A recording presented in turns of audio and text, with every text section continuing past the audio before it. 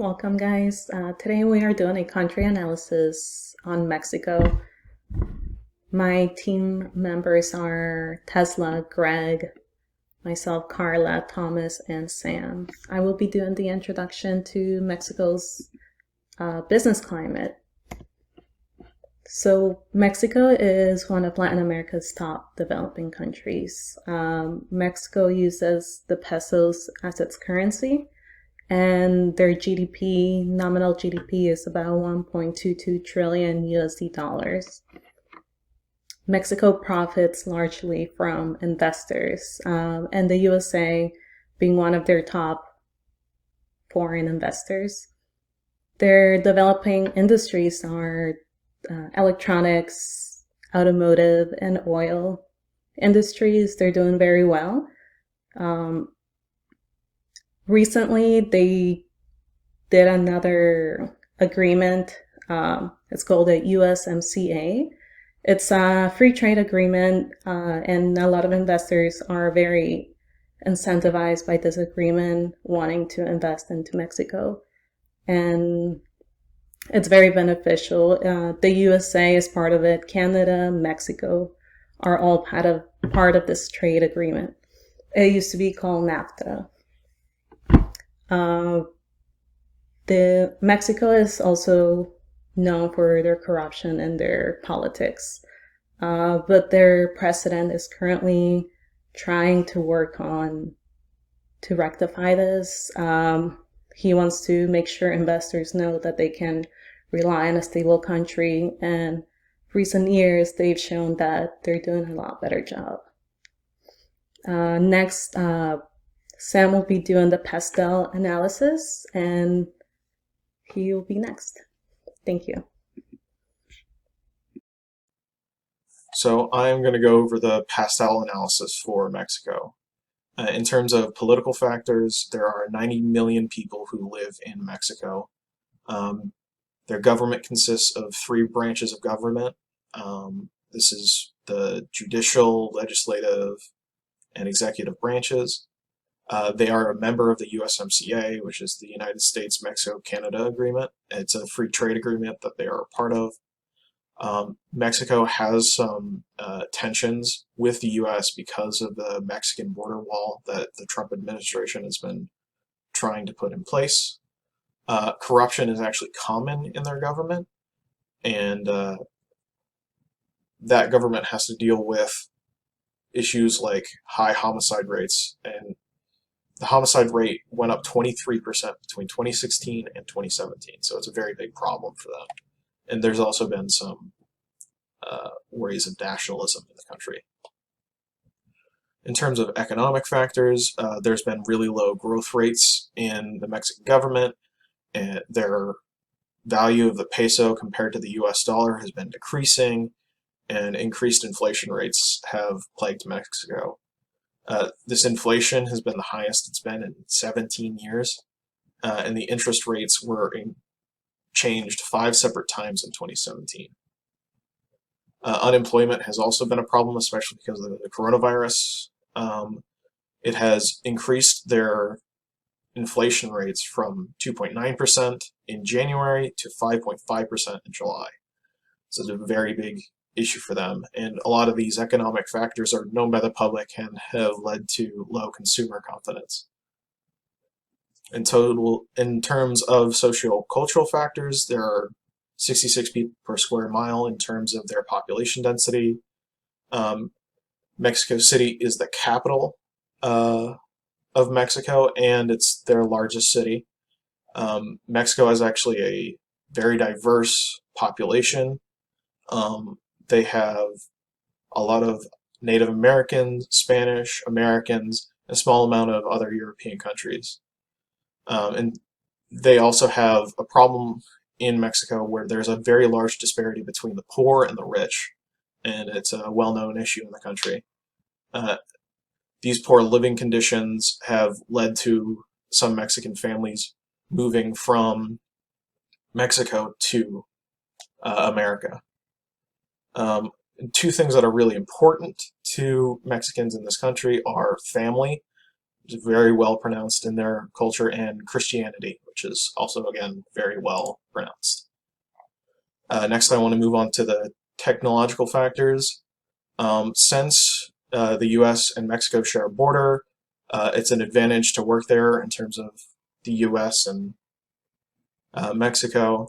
A lot of large corporations have already started to move there. It's their first line out of the country a lot of the times in terms of finding a new place to do manufacturing, is they'll move to someplace that's Mexico.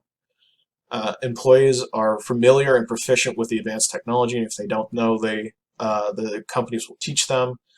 This is important because you can scoop up some of those workers to work for your company.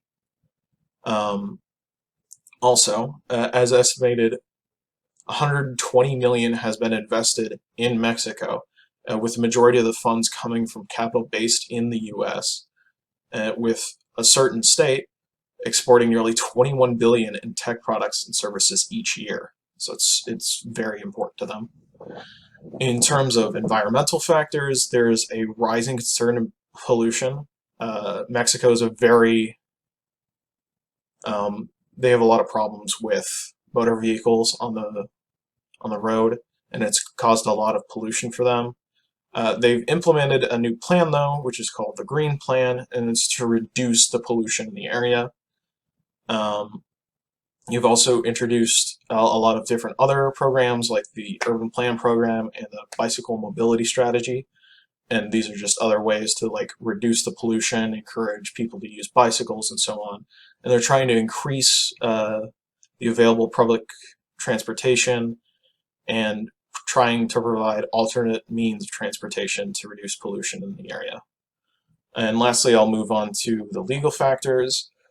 So we'll go to the minimum wage. The minimum wage is set at 123.22 pesos per day, and with this minimum wage also comes overtime laws.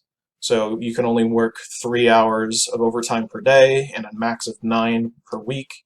And the average worker in Mexico is working around 48 hours per week.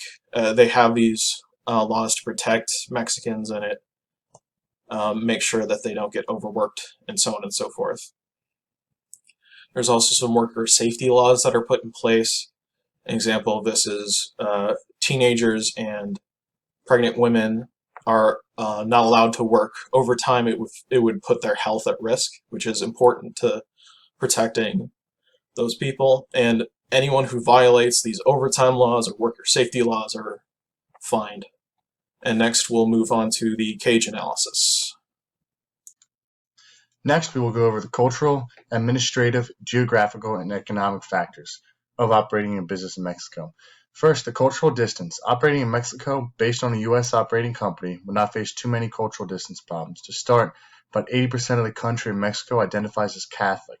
This is important because many recognized U.S. holidays are also Catholic holidays.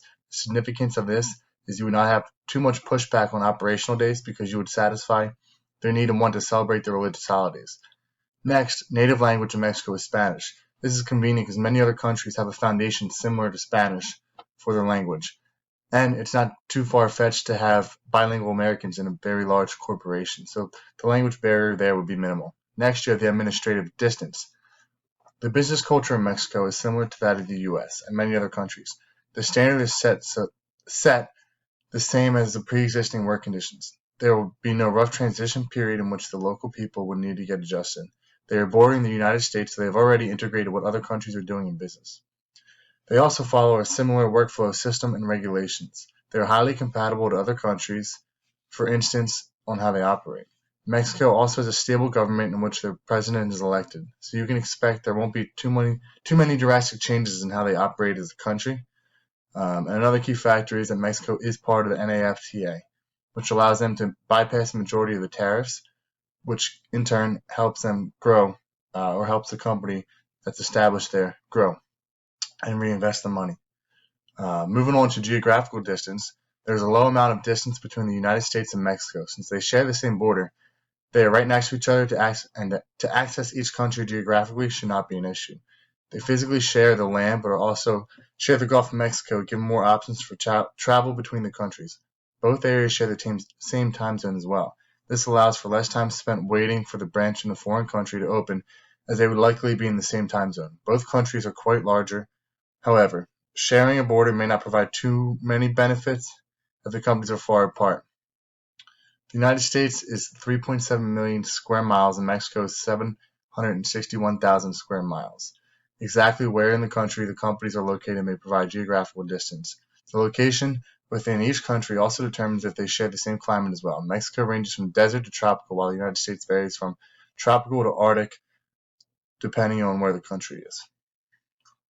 Finally, we'll go over the economic distance. The economic distance in the country can be exemplified by their GDP. The United States has a GDP of $21.3 trillion.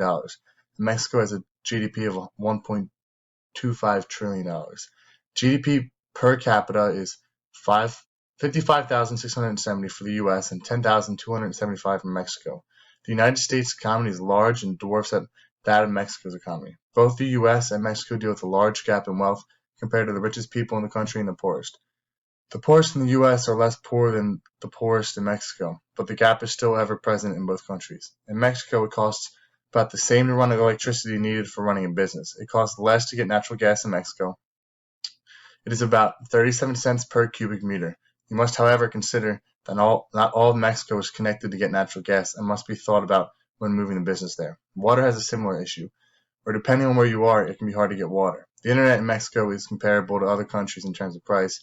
The internet comes in at 6 megabytes for a normal DSL line, a line that would cost around $80 a month for internet service. The labor in Mexico is cheap and plentiful for manufacturers.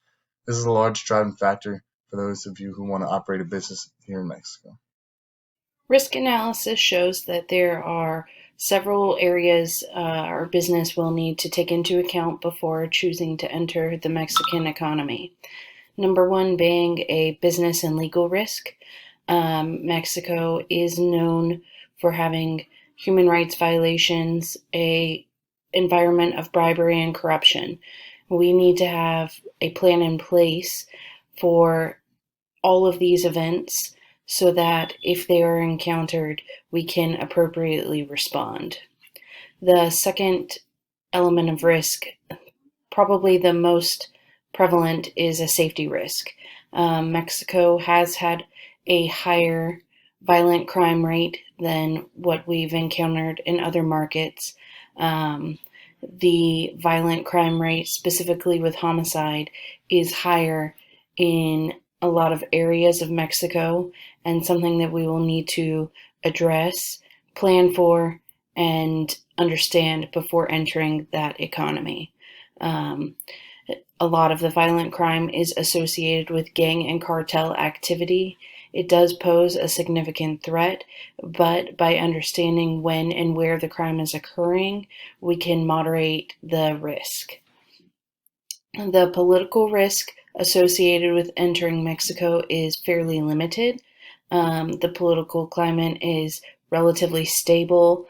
The association with NAFTA and the US has had stabilizing effects, so I don't see political risk as being very high.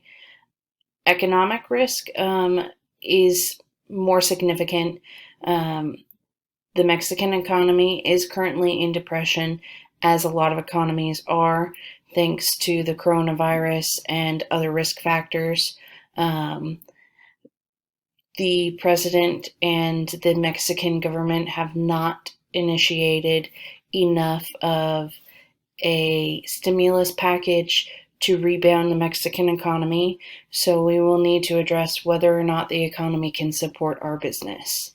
Those are the primary risk factors associated with entering the Mexican market, but provided we do sufficient planning, I believe that they can be mitigated. Alright guys, so now we're going to discuss the conclusion for suitability of the Mexican business environment for new business entry. And first things first, there are many Latin American countries that we have researched that it's pretty decent to start a business in or start investments in, but I'll explain to you the conclusion on why we chose Mexico.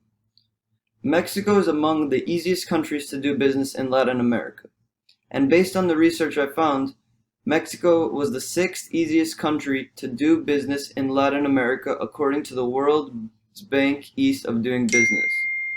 That is a very good thing because the top 10 for many Latin American countries is very hard to achieve because there are high crime rates in many countries, and also Mexico does have a decently high crime rate, but still their economy does flourish and thrive. Next, Mexico has progressed its business environment through many connections and relationships also. Let me explain to you what I mean by this. I found in the research that Mexico's legal environment has also improved through its membership in international organizations such as the NAFTA, the Organization for Economic Cooperation and Development, the World Trade Organization, and the Asia-Pacific Economic Cooperation. This is very, very good because not only has Mexico learned that relationships with other organizations or other countries will help it flourish, all these organizations have gotten more experience and have improved themselves as well. And also, this country now encourages foreign investment and business. Mexico's investment laws are generally geared towards actively encouraging foreign investment, it says. So many countries we have read are not encouraging foreign investment. They are not encouraging new business, many Latin American countries to be exact. And since Mexico has had many improvements in their business environment and in their economy, they believe that all these foreign investments and foreign businesses can also help the country as well. And the last thing is the steady GDP growth within the last years has created a stable growth economy. GDP growth is extremely, extremely important in a country that you want to start a business. Especially in a Latin American country, you have to make sure that the economy is stable, growing, and ready for your business to come in. Thank you.